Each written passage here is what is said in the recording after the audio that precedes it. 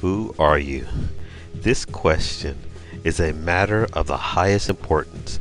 When Jesus came to earth, he claimed that the entire destiny of every man, woman, and child would depend upon how they viewed him. If his claims are true, the decisions we make about Jesus will determine whether we spend eternity with him or without him. Nothing could be more important. Peter Joseph produced a film entitled Zeitgeist. The film is broken into several parts. The first part, and the only part we will be focusing on, deals with the Christian religion. The film specifically argues that Christianity is mainly derived from other religions, astronomical assertions, astrological myths, and tradition, which in turn were derived or shared elements from other traditions. It continues by arguing that the historical Jesus is a literary and astrological hybrid nurtured politically. The work of D.M. Murdoch, author of The Christ Conspiracy, the greatest story ever sold, is used extensively in part 1 of the movie to argue that the concept of Jesus Christ is a myth and states that the Christ story is a fabrication. She also acted as a consultant for part 1 of the movie. So now it is time to take a second look at the Zeitgeist movie.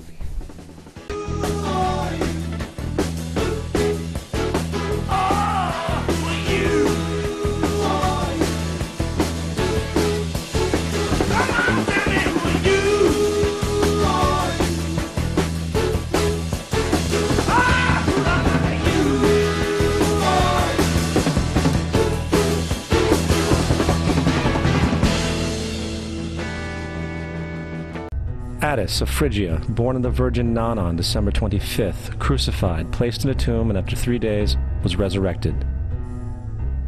Krishna of India, born of the Virgin Devaki, with a star in the east signaling his coming. He performed miracles with his disciples, and upon his death was resurrected.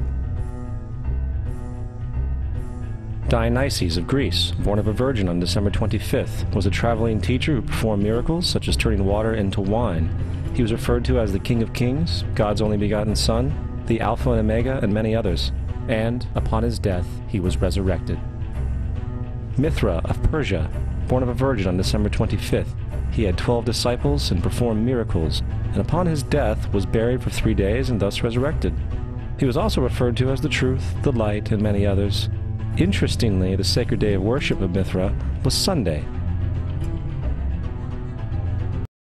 This explanation is not only oversimplified, but inaccurate. Attis was not necessarily born of a virgin, because it does not say whether or not his mother is a virgin. Attis was born by Nana, impregnated by an almond fallen from a tree that was germinated from the severed genitals of Augustus. Attis' birthday has never been celebrated on December 25th. There are various versions of how he died. In most of them, he commits suicide by emasculating himself under a tree. Even in the ones in which he is slain. In one version, Zeus sends a boar to kill him.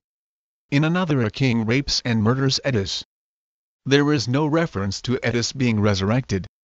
In one version, Augustus, Attis' father, asks Zeus to resurrect Attis, but Zeus merely makes it so that Attis' finger moves continuously and his body remains incorrupted. Attis does not come back to life in this, or any, version of the story.